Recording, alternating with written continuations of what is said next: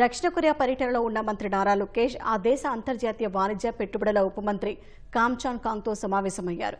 ఏపీని నాలెడ్జ్ ఎకానమీగా తీర్చిదిద్దడం, 2029కి 20 లక్షల ఉద్యోగాల కల్పనే లక్ష్యానికి మద్దతివ్వాలని కోరారు. ఎలక్ట్రానిక్స్, సెమీకండక్టర్లు, నౌకా నిర్మాణ రంగాల్లో కొరియా నైపుణ్య సహకారం అందించాలని విజ్ఞప్తి చేశారు. ఏఐ, క్వాంటమ్ కంప్యూటింగ్, సైబర్ సెక్యూరిటీలో కొరియా పరిశోధన సంస్థల భాగస్వామ్యం కావాలన్నారు. కొరియన్ కంపెనీల కోసం ఏపీలో కొరియా పారిశ్రామిక పార్కు ఏర్పాటుకు భూమి కేటాయిస్తామని చెప్పారు. సౌకర్యాల కోసం కొరియా డెస్క్ పెడతామని హామీ ఇచ్చారు. రాష్ట్రంలో నిర్మిస్తున్న 10 గిగావాట్ల సామర్థ్యమున్న డేటా సెంటర్ ప్రాజెక్టుల రూపకల్పనలో కొరియా ప్రభుత్వ భాగస్వామ్యం చాలా అవసరమన్నారు. కొత్తగా వచ్చే 4 గ్రీన్ఫీల్డ్ పోర్టులు, విమానాశ్రయాల నిర్మాణంలో కలిసి పనిచేయాలని శాంసంగ్, హన్వా ఓషన్ సంస్థలను ఆహ్వానించారు.